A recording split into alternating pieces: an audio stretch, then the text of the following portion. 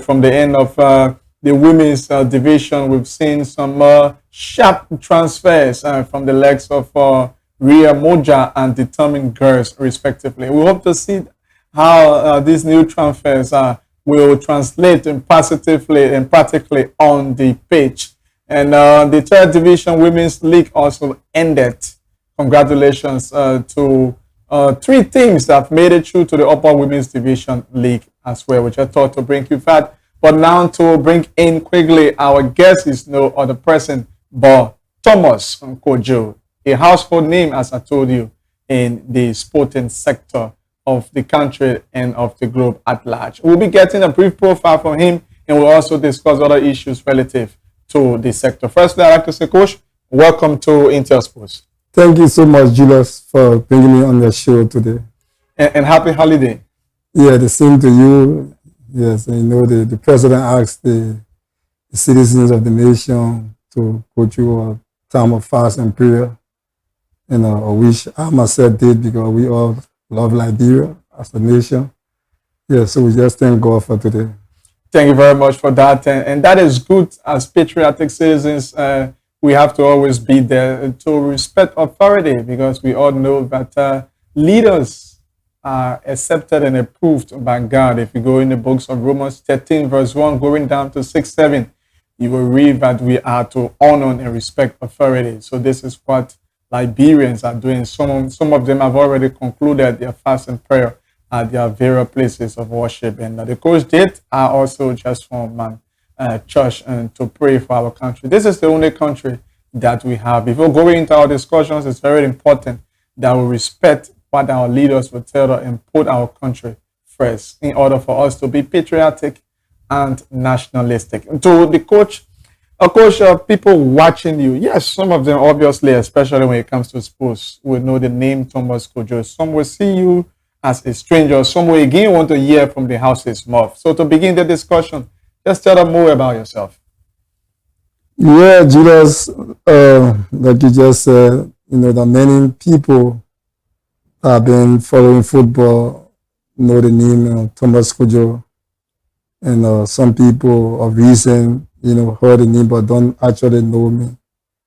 But basically, I started playing football as a youth player from the Black Star Football Club, where we started at the Cemetery Side Beach with my cousin Kevin Sibwe, Tanisha Sibwe, Tom Sibwe Liguri, who is in the United States. And with other friends, Josephus Kuya, who is in Hungary at the present moment, Emma Smith, who is in Maryland working at the Technical University College there. So we started basically playing in the third division and promoted Black Stars up to the first division. But during our youth days, we were fortunate to play for the under 16 and the under 20 national team. And then from there, I was promoted with Kevin to the senior national team. And playing for Barreau shortly before the Syria crisis, traveled to France, spent some years in France, and then later on moved to the United States, where I spent 2 years at the Lindsay Wilson College, in Columbia, Kentucky. Then later on I moved to Greece, played professional football for about 3 years in Greece. Then I went back to the States, where I play in the A League, which is a Division II league, for the Tennessee Raider. And then I decided to continue. I went to South Africa. So, and I played 2 years in the South African National First Division. And then later on retired just after the 2002 African Nations Cup for active playing football. We will talk about that famous 2002 national team which you were a part of. But Coach, I'd like to take you back briefly when you talk about your recruitment then to the under 16, under 20, the youth team then. Just share your experience and make a comparison of that team now to the current youth team that you see. Yeah, so what happened was fortunate as young players. I believe, Julius, you follow the name of one famous coach, youth coach, Peter S. Jackler. May peace, so rest in peace. Yes, so he started the youth program at the Anthony Tottenham Stadium. So we used to go for training every Saturday morning. And then while we were going through that particular program, we were fortunate Liberia had a qualification under 16 against Guinea. And majority of us that was in that program was elevated to that under 16 team to represent Liberia. And the first leg was in Monrovia at the Anthony Tottenham Stadium. And I scored in that game. We were leading Guinea 1-0. And then timing in the second half, Guinea equalized and we drew 1-1. And then after 2 weeks, we went to Conakry. And unfortunately, we lost 1-0 and we were eliminated.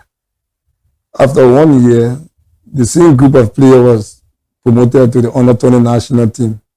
But basically, like you said, comparing the groups, I think now this generation, they are having more opportunity in terms of youth development. The Liberia Football Association is doing very well in terms of the youth program. So I think there is a better future for Liberia. There is a better future for Liberia, little bit of difference. And that's a good one. And Coach, we got a lot to talk about. And firstly, again, I'd like to say congratulations on your recent achievement at the level of the LFA. I understand you were the head or the president of the class. Yeah, I was say selected or nominated by my peers and to be the president of the class. You know, Julius, usually in most of these organizations, I don't really like to be a head, but you know, because of the respect the guys show for me and what I show for them, so they decided to make me the president of the class. I wish we had a very good time for the food models that we went through, and so we became like families after everything that we went through. Okay, we'll talk more about that, but we'll take this break and be right back. So please keep watching right here on the program Midweek Sports on Intel Sports. Midweek Sports provides you with the opportunity to interact directly with the stakeholders in the sector, the players, fans, including technicians. It comes your way once a week, every Wednesday from 1 to 2 p.m. with a repeat on Thursday at 2 p.m. Midweek Sports highlights major happenings and trending news, as well as captivating action and stories, all in the sector. Midweek Sports provides you with. Thanks for rejoining us on the program Midweek Sports. This is where we have conversations with the stakeholders, the technicians, the newsmakers in the sporting sector of Liberia. And our guest today is Thomas Nkojo. Coach, I'd like to take you back again when you spoke about your participation, Liberia versus Guinea, and you scored the first goal, and eventually the game ended 1 apiece. I want to know exactly your role then playing, and eventually some of us who saw you play lately, we saw you more defensively. How they all transformed to different levels? Yeah, so Julius, my football, in terms of my position, I actually started playing as a central midfield player. Okay. And then I was told by one or two coaches that they prefer for me to play more on the right side because of my speed and dribbling ability that I had. So I started playing actually as a red winger, for Black Stars, the under 20 national team, up to the senior national team. But the issue of red back, it all started when I went to Greece. Okay. Yes. So our coach saw my ability again, and surprisingly, we were about to play a game, was a game away. And then the coach was in the conference room where he was doing the tactical work and everything. So I was the first player he called into the discussion. And then he started asking me in terms of position. And tactically, he had a back four, and then he had me in the right position. And then the coach asked me, can you play in this position? I said, well, coach, I would love to play, but this position, I've never played there before. So he said, okay, just listen, give me a few minutes.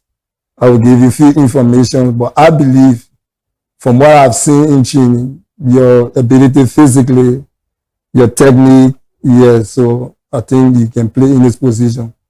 So I will just give you, in terms of our back four, how we will be defending, the shifting from left side to the right side, from the right side to the right side, what you will be doing in terms of your position. And unbelievable, Julius, after I got all that information, we went into the game. The first 45 minutes was like, you've been playing it? Yes, it like I've been playing it. So, and I performed very well that day. And then the following week, we had a game with Panathinaikos, which is, one of the biggest teams in Greece. In Greece, yeah, sure. And we trained during the week, the day of the game. I was placed in the same position as a right back. And then, the story changed again. Performance, 100%. And Kevin at the time was playing for AEK Athens. Yeah, so, and the game was live on TV. And he was like, in the night after the game, he called me and he started asking me, yeah, but when you started playing in that position, I said, well, just 2 weeks, the coach was the one. He said, well, it's unbelievable. You've been doing well. And then later on, the national team was going through the qualifiers. And then, recommendation came for me to come down. And it was a little bit difficult because the national team was doing well. Mm-hmm. But I finally, pressure, all of that. Yeah. So finally, I got an invitation to come home, to come and justify my inclusion on the team. And when I came, surprisingly, many people didn't know me for some time because I was out of the scene. And surprisingly, when people saw me in the South Africa game, and everybody was like, how they started. And then we went to the Nations Cup, and I played as a right back. So like you said, people that saw me playing lately for the national team, only think that I'm a defender. But now in the modern game, that what's happening now, like Oscar Dore went to Czech Republic, and coaches started playing at left back.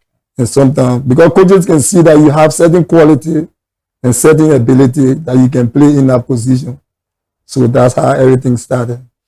Okay, thank you for the background. You just coming our way. You are watching the program Midweek Sports. You can also have your participation by calling the numbers so that you see on your screen, and we will have you live. But remember, we will speak directly straight to the issues and not to attacking the personality.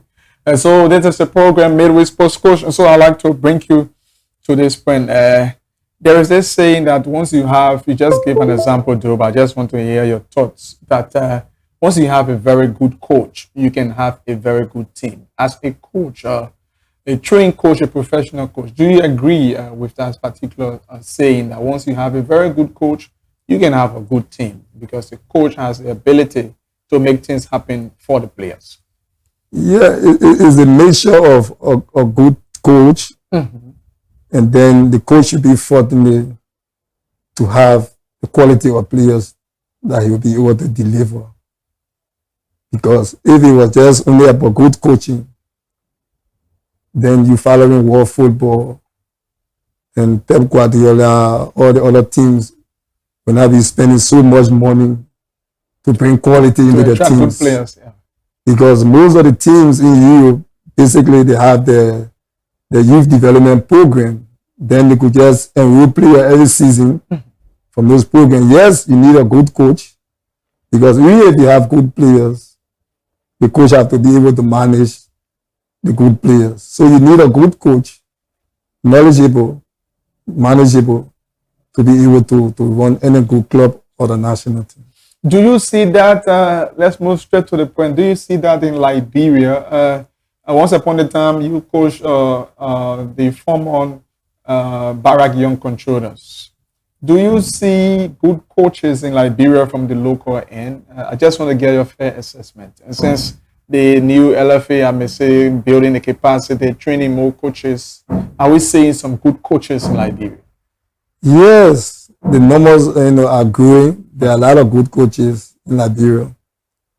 My only thing here is most of the clubs have to turn into either a semi-professional or a professional environment to enable them to be able to develop more. But what we see, the coaches are struggling a lot with most of the clubs. But in reality, Julius, locally, there are a lot of good coaches that if invested in more, they can become better. That's my own opinion.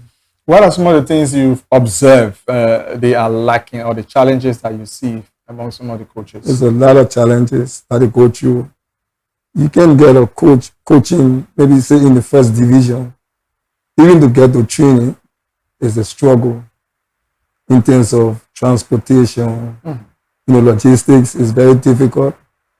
The coach go to training, and sometimes you find out even the issue of transportation for players. Because I witnesses in so many times where a club train, and after the training, you see players are waiting and complaining about transportation. And then sometimes, even in terms of nutrition, you want to develop players, but after training, where do that player go and eat?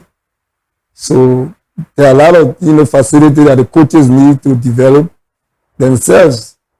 But the issue about finance, I think, is the biggest problem.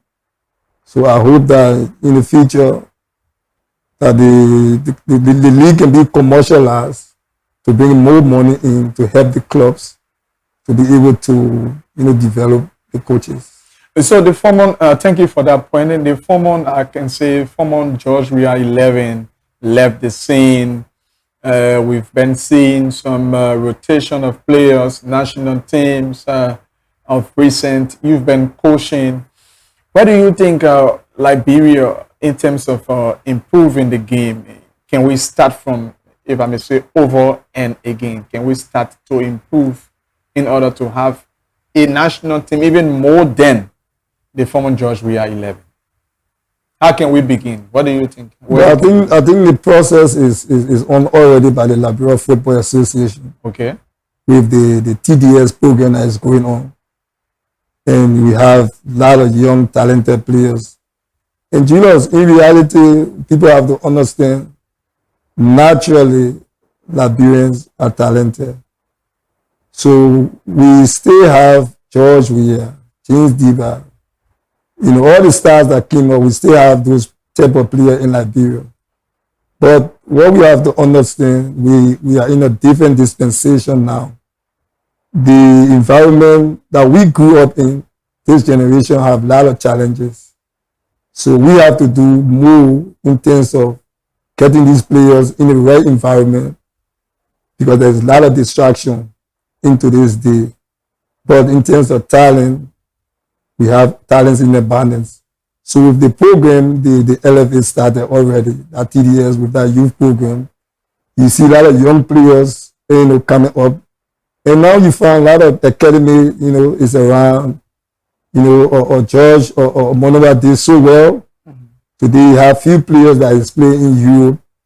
So we ourselves, Vama Puto and myself, we are involved with our own youth development program, even from Honor 6.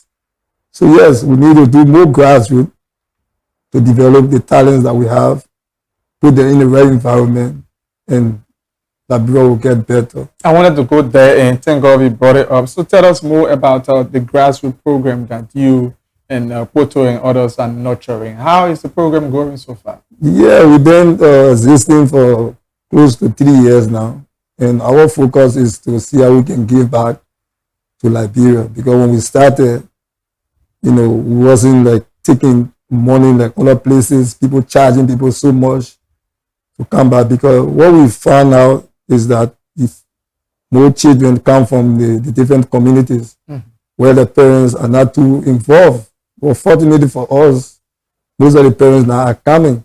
So we have our Honor 6 program, Honor 8, Honor 12, Honor 15. Even now we're about to start our Honor 20 program. Okay. So we developing young Liberian talents to make sure that they can be better players, to bring them up now in the right, because there is the right time at this youth age to make sure that we can give them proper fundamental training that when they reach to the age of 15, 16, they will be there already. So we're doing well by the grace of God.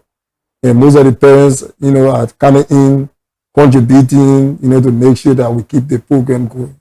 There's this issue that the national team had before. To some extent, they've been able to work on it from the youth level, the issue of age cheating, which has affected. Are you watching that in line, bringing the case up to make sure that in the future, if you have fortunately, if you have players that we have to take on, that will not get into such crises? Yes, so there's the reason for which we decided to have the different age group to make sure that you fit in the right category. Okay. Because sometimes the guy is maybe 15 years old and then he want to play under 12. You see? And maybe because of his size, his height, he fit in that particular area.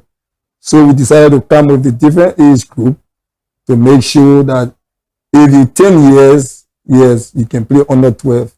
So we have been making sure to get documentation in terms of the birth certificates, at an early age. That's why we even starting with the under 8, because you see the guy already from 8 years old. So he's growing within the program.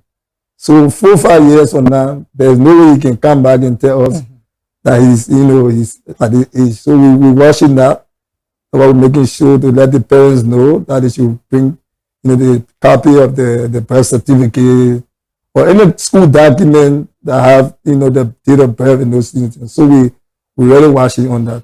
2 years now, shared experience, any improvement? What are you seeing in terms of impact, changes, difference amongst them? And Julius, is unbelievable. Even the first group that we started with from 7 years, now most of them they are 10 years. Most of them they are 11. They are still in our program. And in terms of progress, recently, 3 of our players, were selected to be part of the TDS national team, for which they had a trial. I didn't go there to use my influence. They went there, and then the TDS technical staff, but these 3, they are exceptional because from our program. So that was our success that we are proud of at this present moment. Okay, if you're just coming our way, you're watching Midweek Sports here at Intel Sports. It's about time you can put your calls through. The numbers are already on the screen. You can call and participate, have your say on the discussion, and you will be live. The numbers on the screen. You are watching Midweek Sports on Intel Sports, and our guest is Coach Thomas Kojo. We're discussing youth development, and we'll come to capacity development from the end of coaches and other issues relative to sports. Earlier, you already listened to his background, lengthy and rich background in sports. We'll take this break, and we'll come back. We'll take some of your calls. Midweek Sports provides you with the opportunity to interact directly with the stakeholders in the sector, the players, including technicians. It comes your way once a week, every Wednesday from 1 to 2 p.m. with a repeat on Thursday at 2 p.m. Midweek Sports highlights major happenings and trending news, as well as captivating action and stories, all in the sector. Midweek Sports provides you with the opportunity to interact directly with the stakeholders in the sector, the players, including technicians. It comes your way once a week, every Wednesday from 1 to 2 p.m. with a repeat on Thursday at 2 p.m. Midweek Sports highlights major happenings and trending news, as well as captivating action and stories, all in the sector. Midweek Sports provides you with the opportunity to interact directly with the stakeholders in the sector, the players, including technicians. It comes your way once a week, every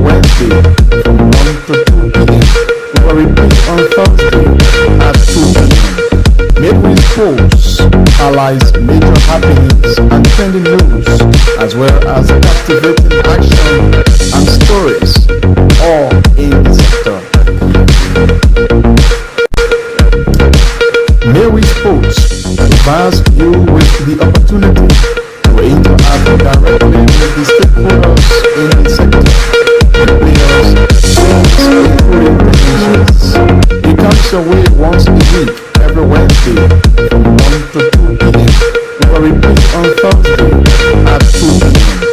Midweek Sports highlights major happenings and trending news, as well as captivating action. Many thanks for rejoining us. If you're just coming our way, you're watching Midweek Sports. It comes our way every Wednesday from 1 to 2 p.m. And it's where we discuss with the actors, the detailed bearers in the sporting sector of Liberia. And this is Intel Sports. We're coming to you live and direct from Painsbay, GSA and Rehab Intercession. And this is what we do. We talk about sports in order to move this sector forward. Our guest is Thomas Kojo. We will take your calls as we anticipate them, the Liberia Football Association, as part of capacity development, ended a crucial training for coaches on unlicensed aid, a very big one. And the graduation program, as you can see, some of the coaches on your screen already walk away. This is one of the honorees, and he's the president of the graduating class. Kwasanan is also one of them. And they achieved in a grand style, courtesy of the Liberia Football Association. What the program was all about, what are some of the things that they learned, what do we expect from Liberian coaches? This is what we're about to talk about. This is Coach Thomas Kojo, who's our guest in studio. So bringing us up to speed, how was the program generally, Coach? Well, in general, the program, I would say, was very educative. I mean, it was tedious from the beginning, but at the end of the day, I think all the coaches, achieve a lot.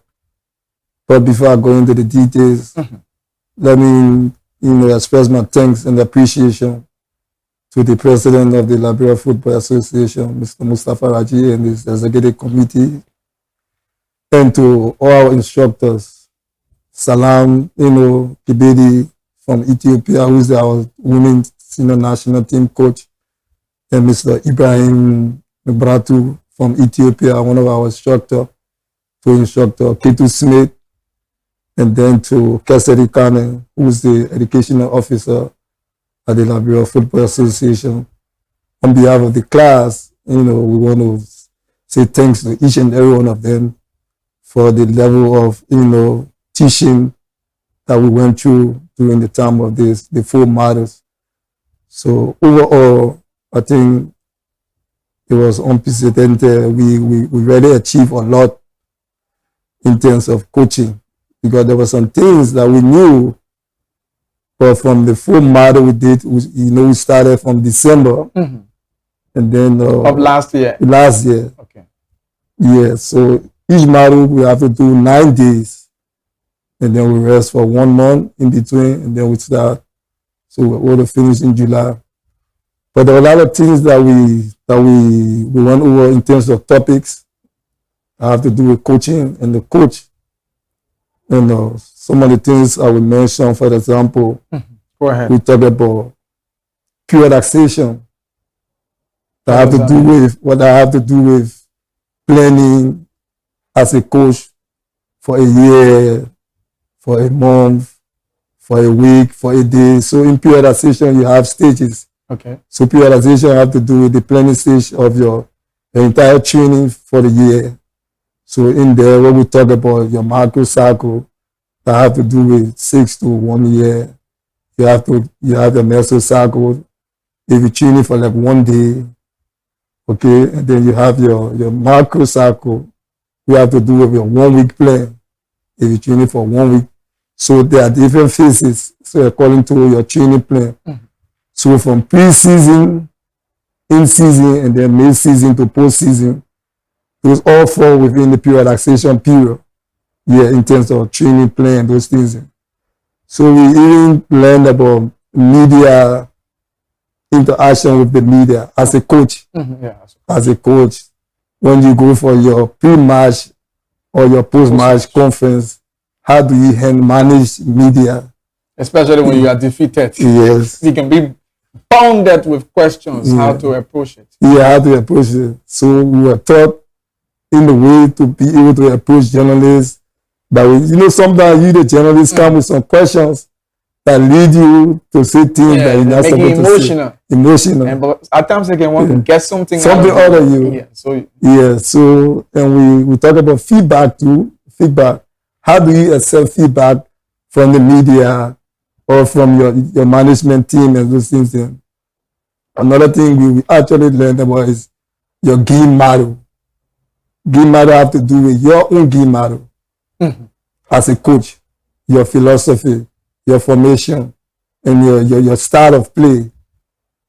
So you come with your core value, your vision, your mission as a coach.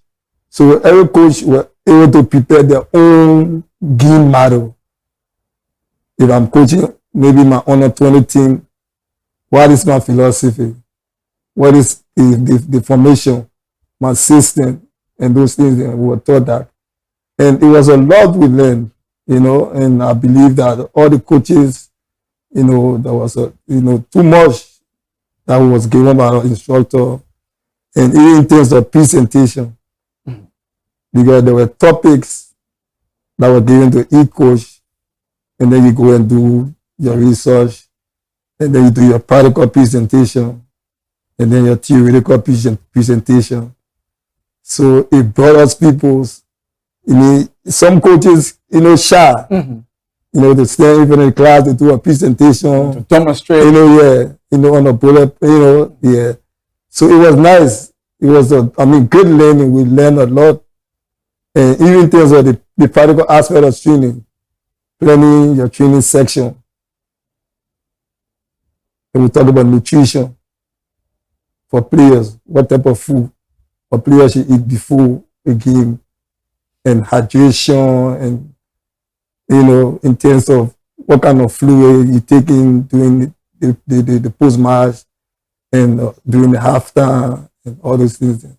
So in totality, it's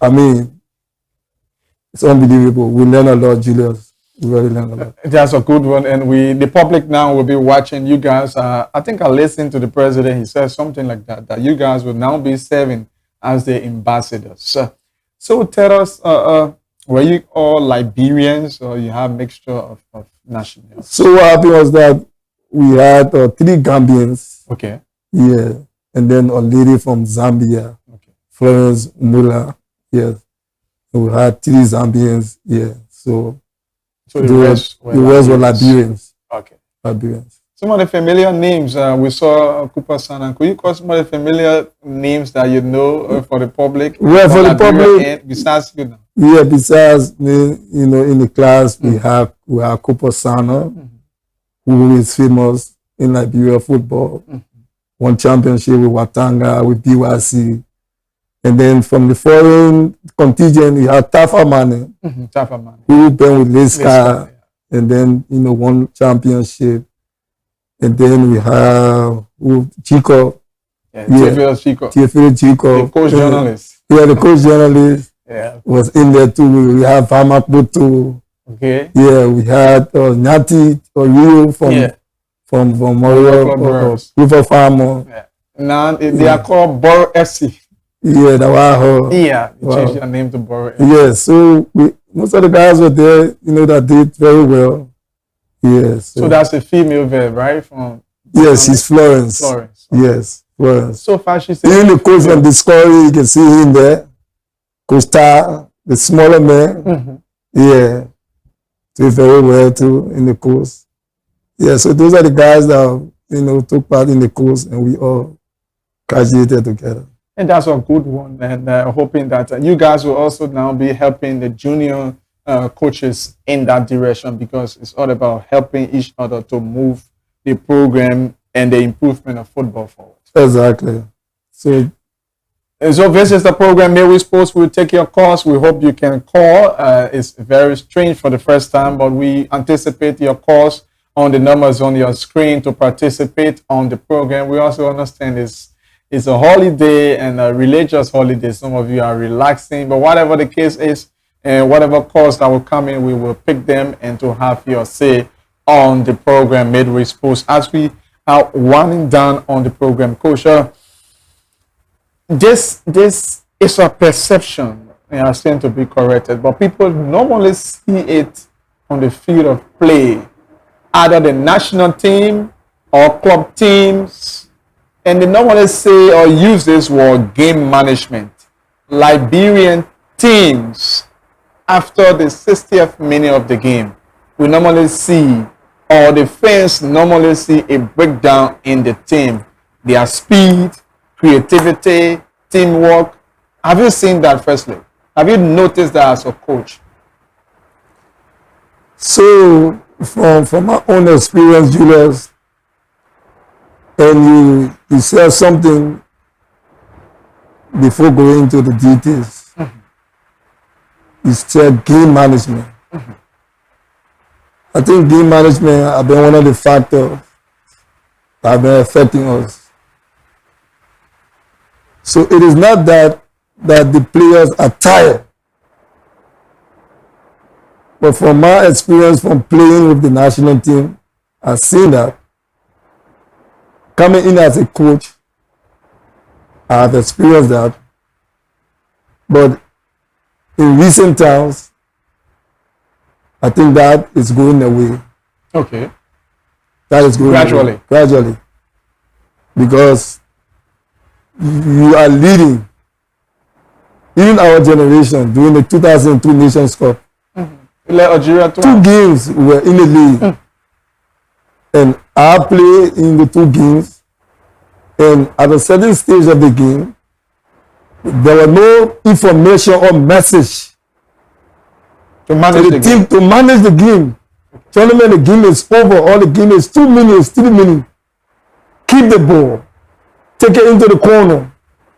Delay. Those information, if you see the other teams playing, what they do. Draw some fouls. Yes. So from experience, we learned that. So I think the factor was game management.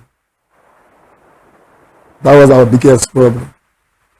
So we that stay involved, from our experience, we are not going to make those mistakes again. Okay. So we've worked on that already. Yes, we keep working on it. Yeah. What is the challenge? I know we are not talking about that in there, but what is the challenge that you notice amongst the players, especially our national team players that are called to play for the national team? At a certain time, the fans will criticize them that they are not seeing that particular desire, that test that they did see during the George Weah 11. What do you think? Do you agree with that, that you don't see the test, that desire, the quest from our players from the national team? Well, the supporters, they go to the game, they have eyes. And some of them, they watch certain games and certain things they saw that they see different from what's happening. Okay. But I think it's more of players have to fight. When I mean fight, not physical fight. To get into the national team, you must go through the right criteria. Because most of the players, they got it too easy to just break through to the national team. So they don't really feel how it is to play for the national team. See that value. Yeah, that value. So we need to upgrade the standard in terms of who qualifies to play for the national team. So as a young player, for example... But sorry, who's responsible for that? I think the coaches normally can select the players. Yeah, coaches. Coaches select players. So but you have that responsibility. But the thing is, you need coaches to come in to have a particular period of time to build a team, bring in players, young players, that will go through the right time to understand at the right time that this is the time he's going to play for the national team. Because from our experience, it didn't come easy.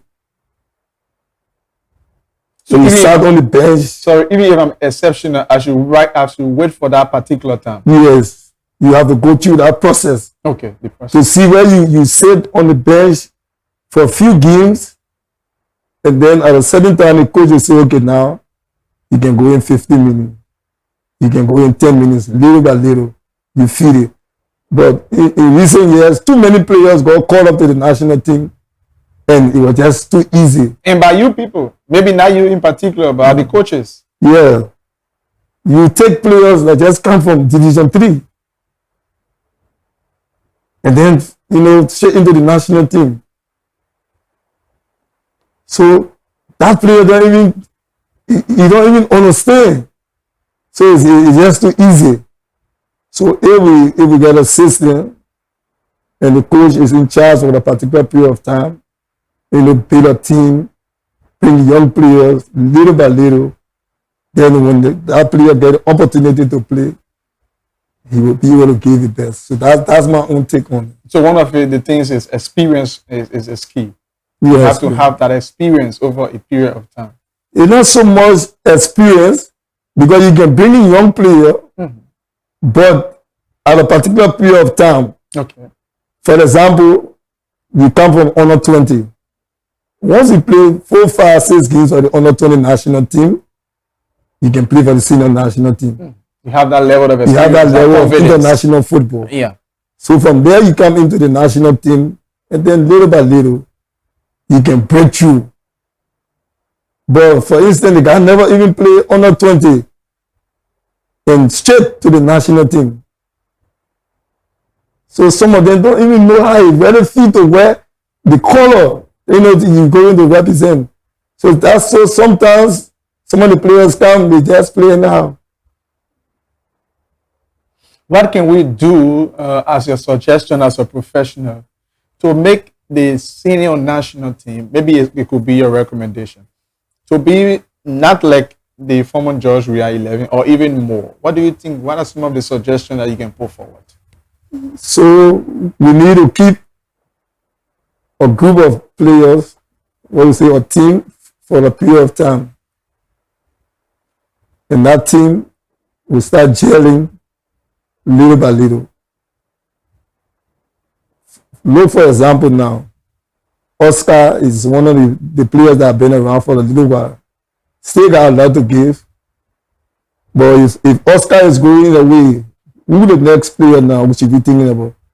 So we build a formidable team that will start doing well. And little by little, we start bringing other young players into the squad. That immediately that player step out, there will be another player that can replace him. But for now, we need to have a team that will stay together for these next 2, 3, 4 years. And Liberia will get better. Not to change the team. You bring in one coach, then he come with another group of players. The next coach come in, he come with another group of players.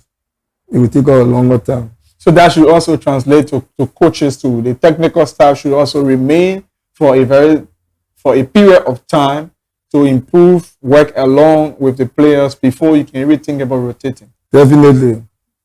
Has that been the problem? Because if you follow in recent years, how many coaches that we have gone through? A lot of them do. Even including foreign coaches. Yeah. It's not about me. But if we decide to say this, Mr. A, give him the opportunity, give him the time, give him the support. Yes. Let him be there 3, 4, 5 years. We will get there. Not to be in a hurry. The fans don't see that though. They want the veteran, they want improvement. They are seeing their but there's a lot of potential right now. There's a lot of potential we have in terms of players. Liberia we're getting somewhere. If you check the record now, in Europe, even back home, the talent is in the banner. So we need a group that we can keep and work, and trust me, we will get better. if I had the opportunity to give Coach Thomas Kojo 5-6 years to move the national team, what is the assurance that the Liberian people can get from your own management? Julius, I don't want to blow my trumpet on the show. Go ahead. But giving the opportunity with the rest support, trust me, I can turn the corner around for Liberia football. Can we go back to the Nations Cup? I mean, in a few years, we can get there. What difference are you bringing on board, or will you bring on board? What are the new tactics? The new plans? Like I said, so you're talking about plan. So, at this moment, what I see the group of talented players that we have that can give something for the national team. So if given the opportunity, putting the right players together with one technical staff, because you got a team of staff that you work together, and then we can get it right. But with experience that I had over the period of time, I know the in and out of Liberia football. Nobody can tell me. In our generation, some of the things that made us to not succeed, I know. And that's why most of the time, people always, Go ahead. People always, say that I'm too difficult to deal with, because I know in terms of discipline, where Liberian players fall short, and where I can come in to make sure that those things does not happen when I'm in charge of the national team. You talk about support briefly as we are wrapping up. Which kind of support are you talking about that you will need, or you say the right support, if given, you can do the very best? So in terms of right support, locally, we will have to put in a proper training mechanism to keep the local players training regularly. And then whenever there's a lot of international FIFA friendlies for the teams to play, to get the view and see other players that we can bring in, strengthen the team here and there. Yeah, there will be other things, financial stuff, but that is not so much about that. But getting the team rolling, whenever you come to training and the different logistics that we need, those are things we'll be talking about. This is the program Midweek Sports. Before we wrap up, we'll take this break and perhaps we'll take in a few calls, and then we close this section for today's presentation. Retail Sport. Midweek Sports provides you with Liberia's biggest and professional sports television station. Is now located at GSA and Rehab Drive in Painesville.